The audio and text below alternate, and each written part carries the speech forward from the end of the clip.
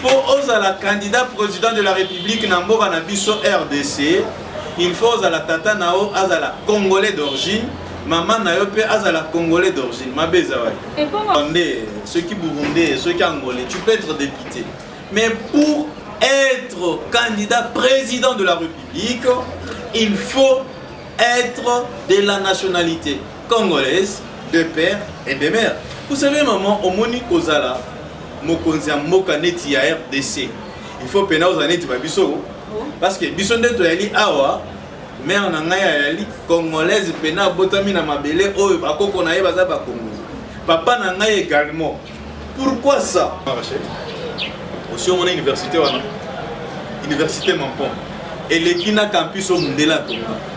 Vous trouvez ça normal? Un particulier a construit une université et l'Ekina à l'État congolais. Mbongwana à l'Okotiangwa. Et nous apprenons que Mbongwana Ezalaki, tant que Mbongwana Ezobimana Kessa à l'État, l'université Ezalaki na Congo à l'État. Mais tant que l'université est Sili et commis université Mampon. Il faut balander la maramou. L'ancien ministre de la Santé. Mais maman, quand je te dis chaque chose a son temps et chacun son tour. Ceux qui réellement étaient n'avaient détourné l'argent, ils sont la génération sans impunité de Bangaramoui, Pité, papa. Si tu as détourné, on va te citer, tu as détourné. Tobanga Bangoti Moukoloni. Est-ce que Mboko les a Bango, Biso Totam l'a mis 5 000 $, 8 000 $, Bangoba Tambola l'a mis 400 000 $, c'est normal? Un garçon de 24 ans, 25 ans qui roule une bagnole de 400 000 $. Et moi, en tant qu'avocat, j'ai une voiture de 7 000 $. Vous trouvez ça cohérent?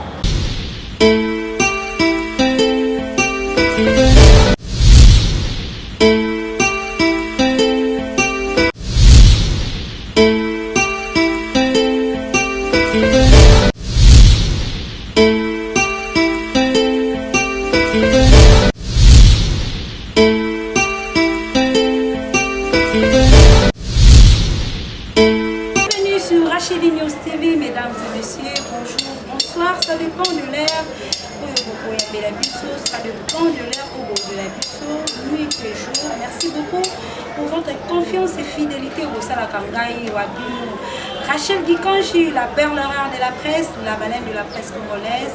Je dis merci à ma abonné à bisso, je dis merci à ma partenaire, vous êtes tellement nombreux. Partout dans le monde, mais nous avons une côté ceux qui tali gauche droite pour que ce soit un patriote, un congomani, pour que information sur et net. Par rapport à l'heure du pays, l'actualité qui domine en ces moments, donc que ce soit un maître Oscar Beya, il y a maître avocat, il est aussi le coordonnateur de ONG, Maître Oscar, Génération sans impunité. On est là avec le maître Germain Kalala, il y a Zali porte-parole, il y a Génération sans impunité. Avec Maître Oscar, la mini sur l'actualité de l'ère. Makambo Kolekalambo Konabiso, Una Goma, malgré Bitumba, malgré Bapassi. Nous allons décortiquer avec Maître Oscar et de l'autre côté, nous allons décortiquer avec Maître Germain par rapport à ce qui se passe dans la génération sans impunité. Mbote de Oscar. Mbote Rachel, mbote également à tous les téléspectateurs de votre chaîne. La joie est immense et nous sommes très contents. Vous nous avez reçu encore une fois de plus sur votre plateau de télévision. Nous vous disons merci. Alors, vous savez, dans notre pays, l'actualité politique est en train d'évoluer chaque minute et chaque heure. La raison pour laquelle nous vous avons cherché, enfin d'en parler, aujourd'hui, Génération sans impunité est parmi des grandes structures qui luttent contre l'impunité en République démocratique du Congo. Madame Rachel, merci de nous avoir reçus une fois de plus sur votre plateau. Merci beaucoup et l'on va mettre ça pour Manolami, parce que les spectateurs, Maître Germain Kalala. Oui, merci Madame Rachel. Merci Madame. Je suis très généreux de vous voir ce soir, c'est très gentil d'ailleurs. Je vous remercie, je suis en train de saluer en passant les spectateurs de votre chaîne. Je pense qu'étant porte-parole de la génération sans impunité, nous sommes là, ce n'est pas seulement pour laisser passer parce que nous devons être vigilants, car le peuple congolais n'est pas n'importe quel peuple. Aujourd'hui, il y a un auteur français qui me disait, le pire, ce n'est pas la méchanceté, mais le pire, c'est le silence. Quand on reste silencieux, on ne sait pas ce qu'on fait dans la vie. Nous sommes là pour dénoncer les mal et pousser les animateurs des institutions publiques à aller de l'avant et mener de bonnes actions. Merci, madame. Et voilà, merci beaucoup. Balimboka, on est là avec vous ensemble. Je vais commencer avec mes tosca. IDPS, les lois et Kokabwana. IDPS, les lois de Mbongwana, les peuples d'abord, on ne le voit pas. Parmi vous, il y a des tiraillements. Il y a Koswana, Jean-Marc Kaboun, Boukassa, on ne comprend pas. Où allons-nous avec un parti du peuple, parti du pouvoir? Déjà, même pas 5 ans, la mandat n'a vu non. Merci madame.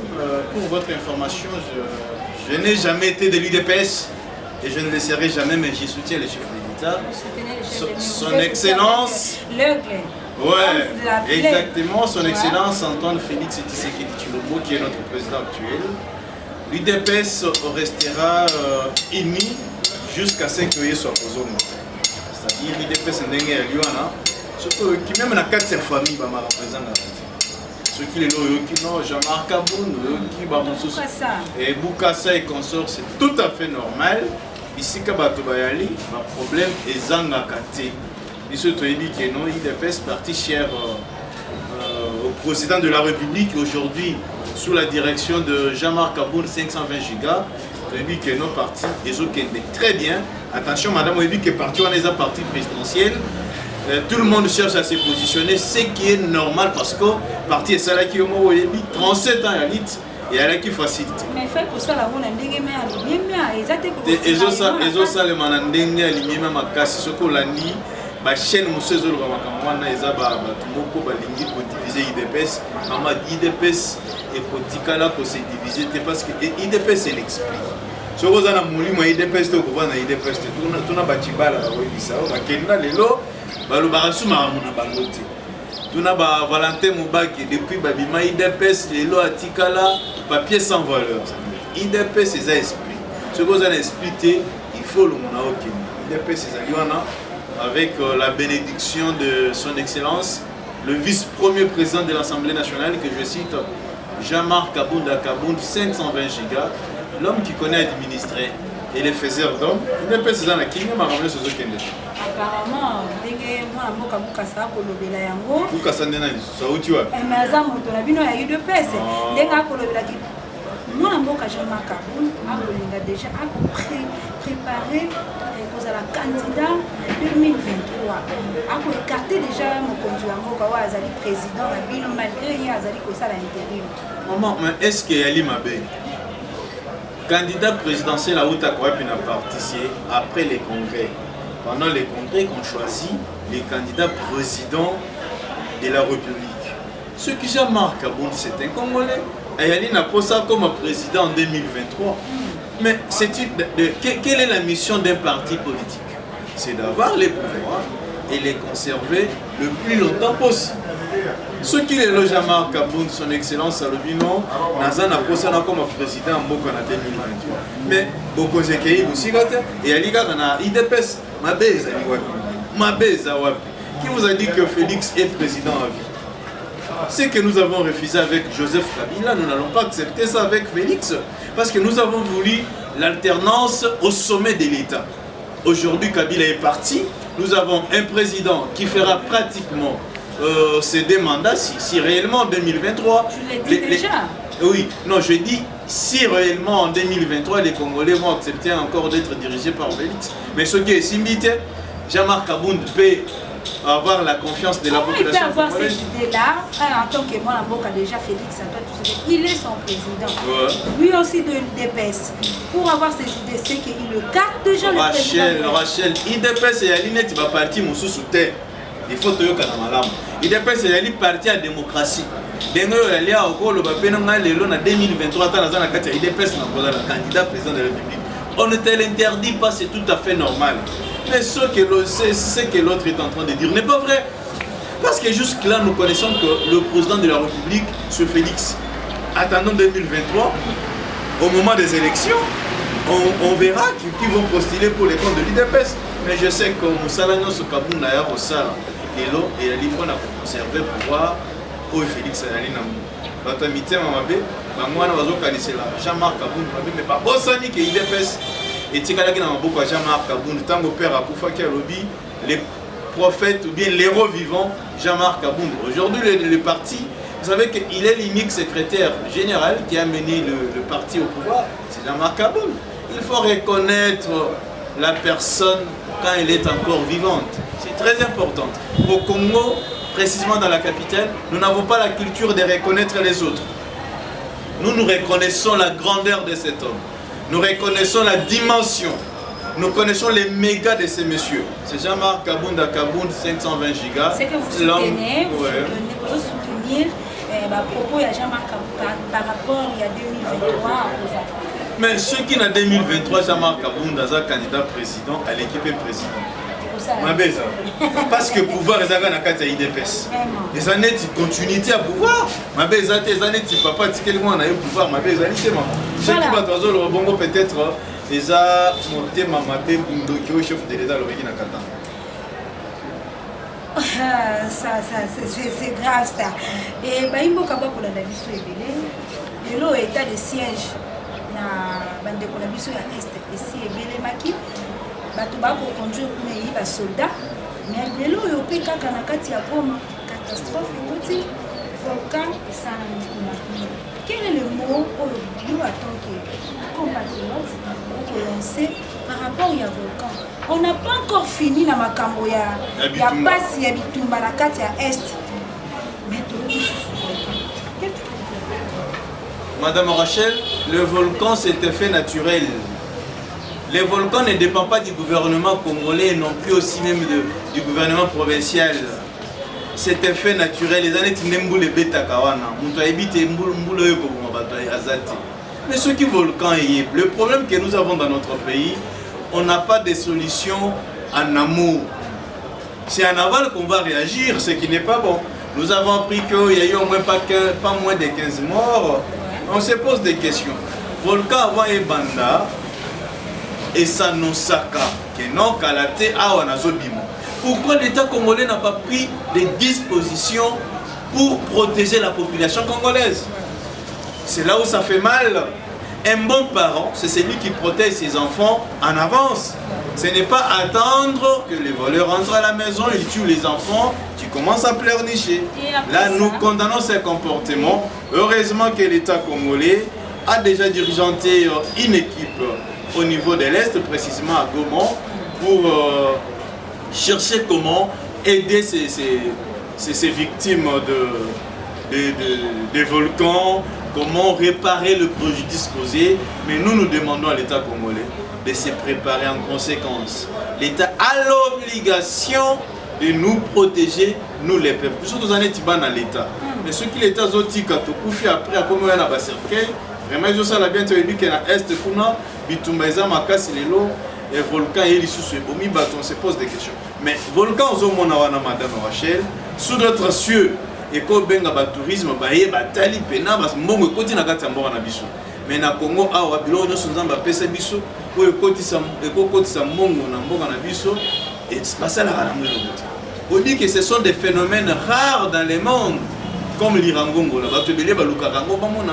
mais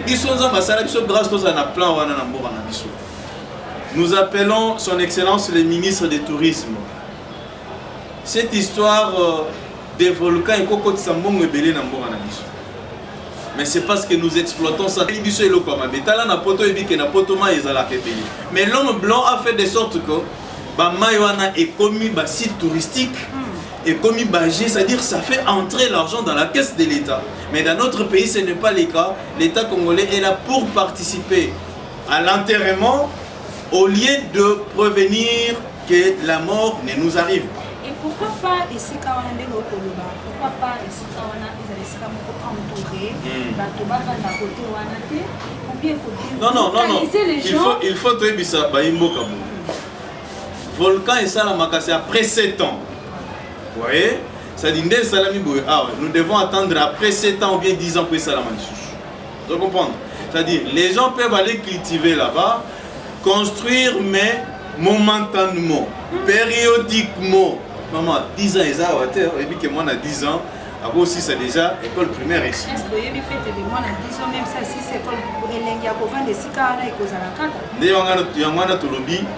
l'État congolais doit prendre ses responsabilités d'interdire la population d'aller construire na babisika wana eza problématique. Qu'est-ce que bike na kisa ça maman Rachel?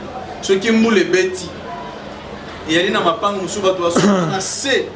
Parce que les gens ne comprennent pas quand il faut acheter et où.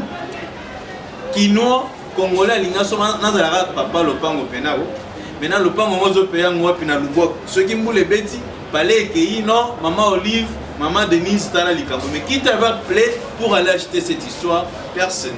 Nous demandons aux Congolais, nous demandons à nos amis qui restent à l'est de la République de ne pas habiter tout près de l'Irangongo parce que 7 ans après, il reviendra pour vous tuer encore une fois de plus.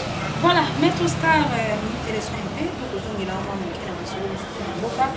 Maître Germain Kala. Le porte-parole, Génération sans impunité. Boni, le Tomonia, où ils ont une plateforme, structure. Mais le Maître Star, la partie politique était. Merci Madame Rachel. Génération sans impunité, où les alliés c'est-à-dire les alliés pour la action, ceux qui les animateurs des institutions publiques, Bazali pour toute sa population, Bazali pour ça la Makambozo qui est contre la population, Bazali pour téléméner pour dénoncer. Ce qui est la génération sans impunité, c'est un aspect, c'est un parti politique, c'est une appartenance mon côté de notre il faut comprendre que vision na biso ezali à cause de la partie politique, ezali à cause de la ciment parce que nous devons faire. Vous comprenez? Les autres que vous allez à Madame Rachel, parce que Madame Rachel a zati, vous dites mais la ciment. Donc génération sans impunité, les alliés génération ils ont la vision moulay, c'est-à-dire ils ont la vision moulay, ils ont ciment, ils ont la limitation mon côté parce que parti politique, vous voyez, parti politique, monsieur ils ont la vision, mais les autres fonctionnaires, ils sont tenus aux ala. Église au milieu du village, nous sommes intermédiaires. Et l'intermédiaire, oui, bien sûr. Mais pendant que ma parole est au niveau et à l'est, la massacre, la trêve, tout ça, puis nos générations sans impunité, jusque-là, pour ça, pour la soutenir, oui, merci madame. Congo, les amis, ensemble, la province, Bande Konabiso, Bazali Kosé, trouvé dans l'Est. Nous saluer d'abord son excellence, c'est le président de la République. On n'a pas mesure pour la de siège. Le mot est dit que Bande Konabiso à Est, à qui presque n'a souffle, parce que c'est une souffle de on a le Congo, ils ont reçu à Bangoti. Ils vont vivre vraiment sans protection, sans couverture. Aujourd'hui, chef de l'État aussi à disposition. À disposition pour l'état de siège, les alliés pour faire ça. Pouvoir, pinga na mission, il faut te féliciter parce que na nyonso esalemi, na nyonso bokoloba, na ba président nyonso oyebi na boka na mission, peu n'importe les vents qui souffrent. Moko na bango te atikali posséder même 5 mètres ya mboka na biso na mboka ya bapai. Eloko wana tozo renforcer, tozo féliciter bakonzi wana, tozo pesa pe félicitations na FARDC parce que mapinga na biso eyebi ke babuleli.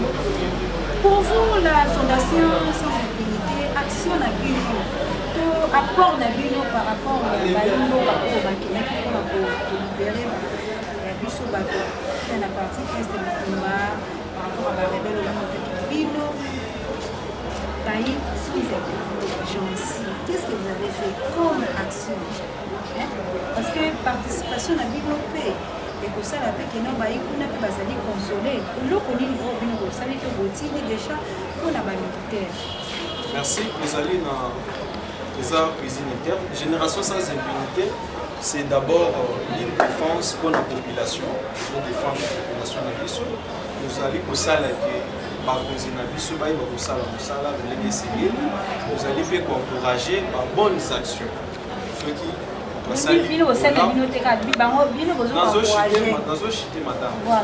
pour ça, la bola, il ne suffit pas de faire une chanson de public. Bien sûr, il y a aussi des députés qui l'ont fait. Est-ce que ce député va le dire? Tu peux pas que sans impunité, que ça la moussa. Merci. À quoi sert la poser le matin et le que pour prévenir tant c'est-à-dire génération sans impunité, vous allez normalement presque sur l'État de la République démocratique du Congo. Nous avons une façon d'habituer de fonctionner. Sur cette question-là, génération sans impunité, ceux qui t'ont déjà apparence,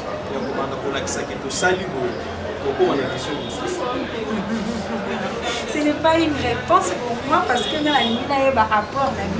Voilà, tu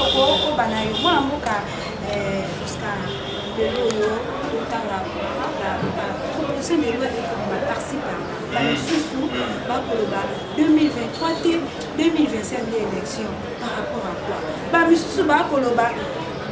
exemple notre papa Dr Tchani Noël Tchani a décidé que a proposé le président nyonso pour styler la 4e République démocratique du Congo le père et le mère congolais. Donc tout ça en tant que compatriote, un avocat aussi, pourquoi il s'est par rapport à mais ce qui est totalement bien dans ma pour la 2023 et pour l'élection de 2025 et pour l'élection. Expliquez-moi Emmanuel madame pour que quand même apaiser. Madame Rachel, nous sommes dans la génération sans impunité, nous sommes les respectueux de la Constitution. La Constitution n'a dit sur le bini. Le but que non, après chaque 5 ans, il y aura élection. Mais nous savons qu'en 2023, nous aurons les élections dans ce pays. Où est le problème? Pourquoi les gens s'agitent pour les élections? C'est présumé qu'en 2023, nous aurons les élections et toi aussi tu seras candidat au président de la République. Mais la proposition de M. Noël Tchani, que j'ai salué avec vos respect, c'est de la meilleure proposition si j'étais député national, j'allais encourager cela. Qu'est-ce qu'il dit dans cette proposition? D'ailleurs, ce n'est pas encore une proposition de loi parce que je vis du droit, je suis juriste. Monsieur Tchani n'est pas député parce que la Constitution donne les pouvoirs à un député de proposer une loi. Mais Tchani n'est pas député, il doit d'abord recevoir 100 000 signatures de la population congolaise afin de déposer ça au niveau de l'Assemblée nationale, ce qui est l'équilibre comme une proposition de loi. Mais Tchani Azolobani, Tchani Olobiboui, pour la candidat président de la République Namboka Nabiso RDC, il faut la tata nao azala congolais d'origine, maman nayo pe azala congolais d'origine, ma bezawai. Et pour moi pour le babongo pour la mi-temps que vous avez bien pété, les arabes na banani wana, batwana banani. Et ça la maman nayo azana congolais, tata nayo azana. Est-ce que oyebi tina? Déjà pour voter il est député à la République démocratique. Non, tu peux être député. Tata nayo azala ceux qui rwandais, ceux qui burundais, ceux qui angolais, tu peux être député. Mais pour être candidat président de la République, il faut être de la nationalité congolaise, de père et de mère. Vous savez, maman, au Moni Kozala, Mokonzia Mokaneti à RDC, il faut pénal aux années de Babiso. Parce que Bisonde Toyali Awa, mère Nangayali, congolaise, pénal, Botamina Mabele, oh, Bakoko Naye Bazaba Congo. Papa Nangaye également. Pourquoi ça? C'est pour éviter que demain et le lendemain, armée Nabiso soit problème. C'est pour éviter qu'un jour le Congo ne soit pas bradé ou bien hypothéqué. C'est très important. Noël Tchani, félicitations vieux. Balois Aboinde Biso Tozo Luka, la génération sans impunité. Nazo Sengana ba député nyonso ba honorable, il faut voter cette loi, c'est très importante. Ça va protéger l'intégrité de notre pays et la souveraineté de la nation congolaise. Génération sans impunité, ensemble et sur toute l'étendue de la République. Tout ce pays la proposition de Bonabiso Noël Tchani qui veut que pose à la candidat président de la République, il faut osala tata nayo aza congolais, maman nayo pe aza congolaise. Ma bezate c'est tout à fait normal parce que demain et le lendemain si on reste comme ça, tu verras que moi na moko papa naye aza rwandais, maman naye azali peut-être congolaise, a comme président de la République. Il aura la facilité à kokoti sabande konaye ba rwandais, va se retrouver dans ba institution nyonso na biso et coper sa bien. C'est une proposition loi, et une proposition très meilleure que nous encourageons. La génération sans impunité va encourager Yango. Oui. Il y a proposition. Parce que Rachel, yo za nationalité. Maman na aza burundaise. Là on va la congolaise, tout congolaise. Il faut te vérifier parce que la nationalité ne se déclare pas verbalement. Ça doit être prouvé par les documents. Mais si ça doit être prouvé, il y a aussi ces gens-là au bazar avec les documents là bango. Exactement, c'est pourquoi. Mais si quoi, bazo s'acheter wana, bazar mboka ni juste. Ceux qui ont dit que vous êtes congolais, bien vous êtes congolais. Alors, proposition loi tu t'es agité pourquoi? Comme moi je ne suis pas agité parce que je sais que est alignaté. Mais si quoi ba mouton noir wana ndezo sala bango passe parce que Borondez abo ce qui est l'équipe nous serons on chute déjà. Rachel. On chute déjà. On chute pas. Je sais que je vais partir. Makambeza est belé le photo. Moi na mboka. To solo makamba ya Willy Bakonga te muibi wana to lebela ngote. Lelo oyo to kokota na makambo ya papa na biso. Il était le premier ministre de notre pays de l'oyo bato de Matata Mpoy. Avec le dossier Bukangalonzo. Bukangalonzo, Matata Mpoy doit répondre devant les instances judiciaires. Oui, madame Bora biso ezaki non, mi binde to mona ba valeur. Biso bato ya bien boué, bato bazwa biso na tina te. Matata fui le premier ministre na Bora na biso. Roger et Bukangalonzo Mbongo Bima, pas moins de 380 millions de dollars. Rachel Yokanga bien à lobby, 380 millions de dollars. Selon l'IGF, l'argent que Matata a utilisé pour parc agro-industriel à Bukangalonzo, c'est 80 millions. C'est-à-dire 300 millions et monanité. Mais si Matata sait qu'il est innocent, il n'est pas coupable dans le dossier. Voilà. Il a y répondre calmement pour la réalité. Mais le lot aussi parce que il y en a parce que ça fuite est à craindre. Parce que ça fuite est à craindre. Parce que ça fuite est à craindre, c'est pourquoi on a placé le militaire, ce n'est pas grave. Maintenant, quand c'est un Congolais, il faut pas vérifier non parce qu'il faut tout bas. Aussi on commande des gens à King de Maman Rachel. Aussi on a une université Université Mampon. Et les Kina Campus au Mundela. Vous trouvez ça normal? Un particulier a construit une université et les Kina à l'État congolais. Mbongwana à l'Okotangwa. Et nous apprenons que Mbongwana est Zalaki, tant que Mbongo est à l'État, l'université est à Congo à l'État. Mais tant que l'université est Sili et comme université Mampon. Il faut balander la maman. Maman, on a dit pour budget n'a dit ce matin. Il faut mouiller ici là. Il faut Kanyaka diminue. Il faut des tournements ici là.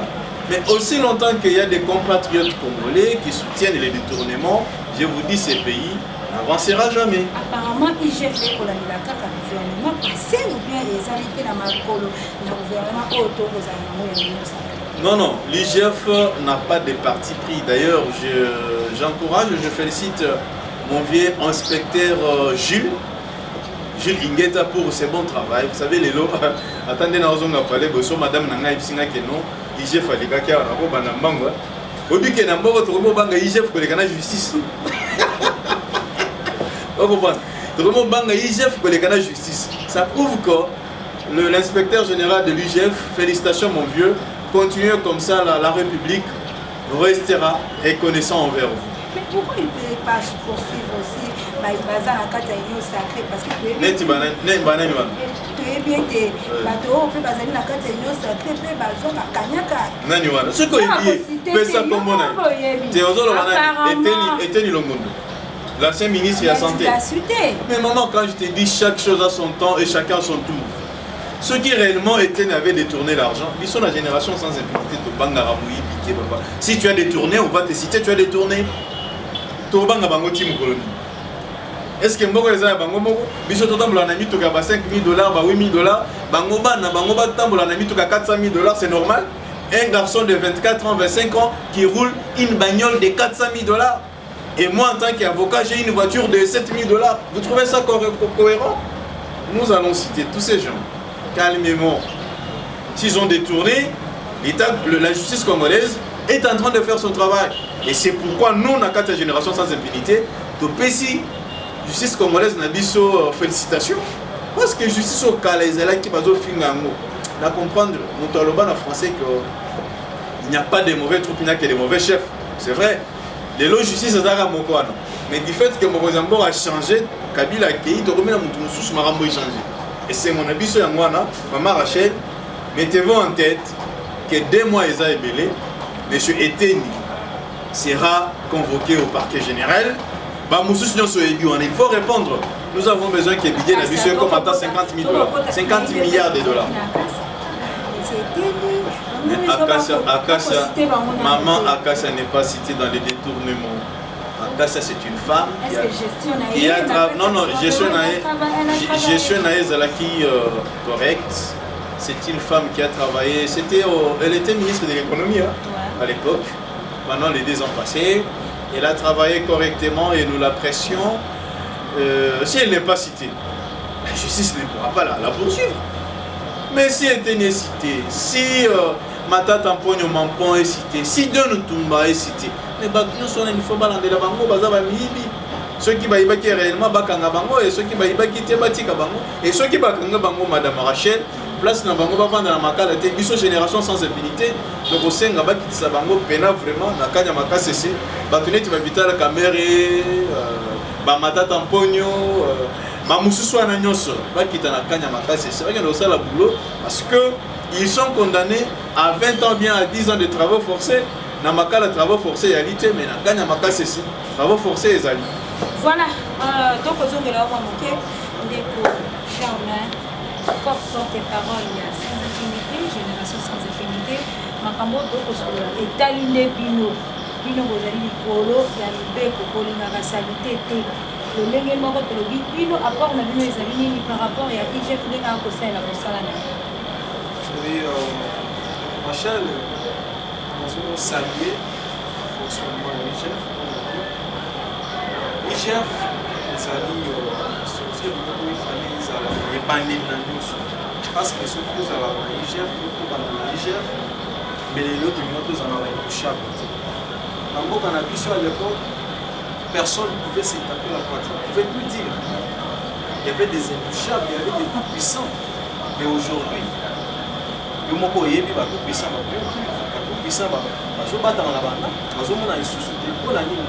devons changer les choses. Étant membre de la génération sans impunité, porte-parole, rapport, soit Moussala ou le chef, les années Moussala, les années quand on appelle la gouvernement sortant. Oh, nous, à Salim, les années gouvernement actuel, ça c'est une leçon. Ceux qui ont dit qu'ils ont passé parce qu'il y a un poste, ils sont pas qui bouger. Bakandi a fini très mal. Est-ce qu'ils sont placés au place c'est pour dire que pour ça là, le chef est allé pour ça là. Je suis en train de saluer. C'est encourageant pour moi parce que l'IGF, dans ça là, pour ça là, n'a pas de sentiment. Ils doivent réunir ma preuve. Ils doivent avoir les moyens. Une fois que les moyens sont réunis. Non, chacun son tour. Apparemment, il y a FCC, il y a Union Sacrée, Madame, vous savez, il y a un dicton qui dit il y a 9 jours pour le voleur, 1 jour pour le responsable. Pour le loup. Vous savez, les Congo, là, on veut qui me disait un jour, Germain, les Congo, région, ça appartiendra. C'est notre pays, c'est notre richesse. Nous savons que les Congo, ceux qui les veulent, nous autres aurons des nationalités différentes. Ceux qui ont le but de l'eau qui est comme il y a gouvernement sur le temps. Donc, mon conseil mort est beaucoup. Ceux qui ont moins de maille, nous avons des on a campus, voilà la chambre, on a mis il y a ceux qui ont salué. Justice c'est pour ça la moussala. Vous voyez qu'un voleur c'est plus qu'un sorcier. Quand vous volez dans votre pays, c'est une façon de montrer ces pays-là, puisque vous, et ceux qui les louent. C'est les changements, il faut comprendre par les termes, c'est les changements. Personne ne pouvait, à l'époque, il y avait des intouchables. Personne ne pouvait répondre de ces actes en aucun cas, en aucune fois dans ces pays. Parce qu'ils savaient qu'Azali Kola ne peut pas. La Constitution nous dit, nul n'est impossible. Nous étant de la génération sans impunité, nous allons pour encourager ma bonne action. Nous allons pour poser la ciment, bateau bazana bolimo ya mboka na biso, pas dans accompagner le peuple congolais. Et par rapport à moi mboka Vital Kamerhe, au Sénégal déjà de jour à 20 31. Une génération sans impunité. Vous êtes sûr que ndenge ba kozongisa appel wana ya mwana mboka Vital Kamerhe? Nous retrouvons madame Madame, merci. Étant la génération sans impunité, avocat que je suis en train de lancer cet appel à mes confrères, les conseillers de M. Vital Kamerhe. C'est juste un lancer un message où il y a un bon inutile. Parce qu'il appelle on a pour aboutir, mais nous à quoi sert pour défendre un voleur? Parce que nous avons détourné le monde. Normalement, il faut tout comprendre. Nous avons maquillé terre. Et pour en finir avec ça, pour nous aussi, ça, on ne comprend même pas. Le peuple a besoin de si réellement Vital Kamerhe a Kimbongo, et puis ceux qui vont pouvoir s'attendre au gouvernement pour que le peuple fait les lois dans la souris par rapport à la société. Merci. Les alliés va citer, ils ont précisé Vital Kamerhe à Kimbongo, Yomokolanda, Yolanda procède parce que nous sommes pas qui c'est là qui télévisé. Mais dans le bien commis politisé. Bon, vous voyez bien en Bokanabiso, chaque fois que Kazo Tambola, Kazo Salamabe a évité le nom du président de la République. Généralement, vous voyez bien Zalaka Bongo, autant que Kazo Kangama, les amis Bébé, les amis présidents de la République. Les amis Bébé. Vous prenez pour prendre une autre, ceux qui ont un téléphone.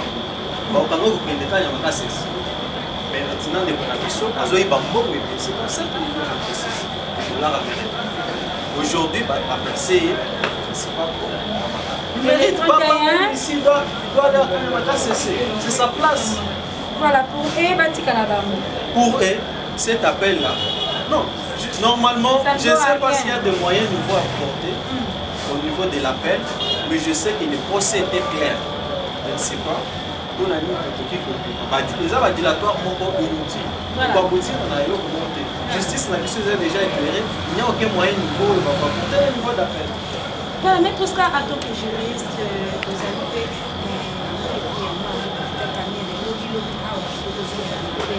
qu'est-ce que tu peux dire? Et moi, on m'a pas voulu pas qu'on rappelle, il y a un azali déjà le quartier. Souvent, on a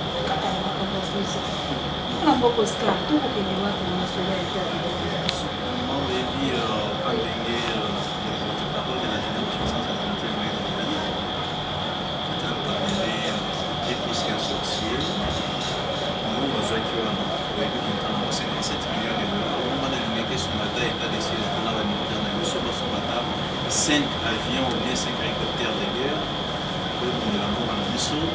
On a peut-être été sur la balabala. Bissau, notamment la Ligue pour la Kinshasa, mais une seule personne en collaboration avec un aventurier de Jamal, Bazumbo Pena et Bilé, on dit que Pena Mouana, ils sont toujours en état. Est-ce qu'il va récupérer un temps de condamné quand même? Est-ce que Banda Kounaï qui saisit? Est-ce que Banda Kamerhe qui saisit? Arrêter quelqu'un, c'est bien. Mais les biens qu'il a détournés, est-ce que la justice a eu le temps de récupérer ces biens? Parce que la population va Caméré en prison, c'est correct. Mais récupérer les biens que Caméré a détournés pendant ces temps, c'est très important. Parce que les gens qui se savent dans Nzela, mon man peut servir Banzela, mais ça réalité, cet argent peut servir peut-être à donner des emplois aux Congolais et aux Congolaises réellement. Madame, nous disons à la justice congolaise, les 31 ans Moussikate, le monsieur a rejeté, est allé en appel. Je sais que la justice ne pourra pas céder aux caprices des membres de l'INC. Ils sont en train de pleurer pour une personne qui s'est enrichie lui-même. Et la partie politique n'a pas boutosé le wazate. Il est dans la parce que la période où on a la télévision, on a les réseaux sociaux. Caméra paye la momie nae. Voilà. Il joue à Kingo, il y a 150 000 dollars. Vous comprenez ça? Mongo na biso, Mongo a Rachel. Parce que l'État a la Mongo, c'est ce que les gens oublient. L'État n'a pas l'argent. Quand on dit qu'il a détourné l'argent de l'État, Baï Congo, il faut que Mongo n'est pas Mongo naïu. C'est-à-dire, dans les autres miniki, Bakatio TVA, au foutitax, Mongo n'y soit n'andé bango bazozo. En réalité, ça va Mongo na biso. Mais ceux qui ont vendu nanda kuna, non, nous les ressortissants de Kivu, nous demandons la libération de Caméré. Quand Caméré a détourné cet argent, il vous a donné combien? Est-ce qu'il n'y a pas Nabino Konan Zélé Yali? Au sein de la Kawapi, il y a combien de détournements? Et pour le dossier de Willy Bakonga. Non, Willy Bakonga, c'est un criminel, je peux dire, c'est un criminel financier. Il ne mérite pas d'être ici, même à Makala ici. Willy Bakonga doit être expédié rapidement à Makala, qu'il aille apprendre aux enfants qui sont là-bas, les Kuluna. Comment? Parce que Willy Bakonga en soi, c'est un enseignant, vous connaissez ça? C'est un enseignant. Parce qu'il n'a pas besoin d'éducation. Vous trouvez normal un monsieur qui circule avec 20 millions de dollars dans sac naïe? Maman n'a pas depuis Naza avocat n'a tiré au moins 50 000 dollars. Mais le monsieur qui marche avec 50 millions de dollars, et j'ai écouté nos amis de l'Équateur passer à la télé dire que nous, les ressortissants de l'Équateur, nous exigeons la libération pure et simple de Willy Bakonga. J'ai dit, mais ces gens sont des malades mentaux. Comment vous exigez la libération pure et simple d'un monsieur qui a détourné l'argent qui pourrait servir peut-être à l'électrification de votre commune? Ça, c'est gravissime. Dans notre génération sans impunité, la structure qui lutte contre l'impunité. Les jours que Félix lui-même va détourner l'argent dans ces pays, Rachel Torobenga Torobi, Félix a eu une bombe. Nous avons une vérité. Parce que Tobangi peut être belé là. Moi je me rappelle, mon père me disait Congo et Kobongara na binoba na biso boza la force. Les nobiso to poli ba père bakenda. Congo ils ont changé. Et mon fils me pose la question, papa, mboko yo bokotika la biso ka boye. Nous nous sommes dit vaut mieux mourir avant, laisser les enfants en bonne et due forme. Et accepter de vieillir et laisser les enfants dans des conditions bizarres. Génération sans impunité, nous allons entrer même dans la présidence. Quand il y a les conseils du chef de l'État qui détournent l'argent, Rachel, nous allons dénoncer ces gens-là ici.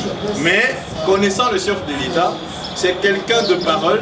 C'est un monsieur d'abord à Kola Nanzalate. Il ne peut pas détourner l'argent de ces pays. Mais c'est son entourage peut-être qui continue à détourner l'argent en croyant qu'ils sont des intouchables.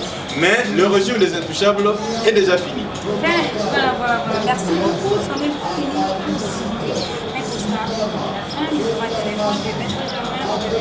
Merci Madame Rachel. Un mot de la fin. Merci de votre présence. Nous saluons tous ceux qui vont nous suivre partout ailleurs, au Congo, en France, en Belgique, États-Unis, Allemagne, en Allemagne. Si vous avez besoin de nous contacter pour autre chose, pas pour la Rofing Abisso, parce que votre poteau Rofing Abisso m'a cassé. Mais si vous avez besoin de nous contacter, peut-être pour nous soutenir, parce que vous savez, en Abisso, quand vous dénoncez le mal, il y aura la facilité qu'on vous arrête, ou bien qu'on puisse vous étouffer. Nous avons besoin de votre soutien. Notre numéro c'est plus 240 90 77 413 70. Plus 243 90 77 413 70. C'est notre numéro WhatsApp. Vous nous appelez à n'importe quelle heure. on est là. Je demande à tous les parents, si on a violé ta fille, la justice, nous sommes là, nous allons les faire gratos. Comme le juriste le dit, à beau, c'est-à-dire, pour que foutre l'autre côté. Au moni conseiller, mon chef de l'État, ministre, député, à Botondino Lopam. Vous nous contactez avec ces numéros, nous allons vous aider à revenir dans vos droits les plus légitimes, parce que l'état des droits, c'est connaître d'abord ses droits. Nous, c'est Maître Oscar Béa, les coordonnateurs nationaux de la génération sans impunité. Merci Rachel. Merci beaucoup. Bon, de combination, un mot de la fin, on peut clôturer. Il y aura des réponses à la génération sans impunité. Merci en parole de la génération sans impunité. Moi, je salue d'abord ta présence. Je salue aussi ta chaîne. Les téléspectateurs, je suis en train de vous saluer en passant. Comme membre de la génération sans impunité, comme le coordonnateur national vient de le dire, nous sommes là, ce n'est pas pour être derrière quelqu'un, ce n'est pas pour un intérêt. Nous n'avons pas un soutien d'un politicien. Un soutien d'un certain homme politique pour qu'il puisse vous dire que non, moi je suis derrière ces gens-là, c'est faux et archi faux. Nous sommes là juste des défenseurs des droits du peuple congolais. Les défenseurs des opprimés, des défenseurs des sans-voix, qui n'ont même pas la possibilité de faire entendre leur voix. Ouais. Nous sommes là pour faire entendre votre voix. Vous pouvez nous contacter sur plus 243 90 39 739. Donc, je suis en train de vous souhaiter à tous les Congolais d'être braves, d'être éveillés. C'est la conscience qui doit être éveillée. Comme ça, si votre droit est piétiné, vous allez revendiquer. Les droits et droits lorsque vous les revendiquez. Si vous n'avez pas revendiqué votre droit, ça ne sera jamais droit. Donc, je suis en train de saluer. Merci beaucoup. On était là avec Maître Germain Kalala, Maître Oscar Béa, président, coordinateur général de la génération sans impunité et sans parole. Je dis merci d'avoir été là. L'analyste politique, veuillez vous abonner sur Rachel News TV, partagez surtout l'émission, commentez vos suggestions. Si vous avez besoin de ces deux, en tout cas, n'hésitez pas à les contacter. Et je dis merci à ma partenaire de l'émission. Là, je vois les partenaires là à Boudès. Je dis merci à la famille Boudès pour les soutiens. Merci à maman ministre, la femme brave. Merci beaucoup maman. Anne Balibanga depuis Boudès. Merci à maman Jeannette Sanika de Boudès. Merci beaucoup à Serge Sanika comme les autres. Merci beaucoup. Je dis merci à Adolphe. Merci beaucoup. Ma famille nous c'est à Boudès. Je dis merci à Bananeso, Canada au Bolivie, États-Unis, Banaïtou. Je dis Banaïtou.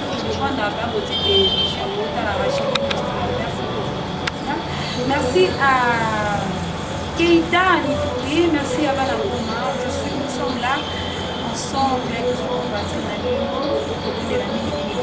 je dis merci à mon équipe technique.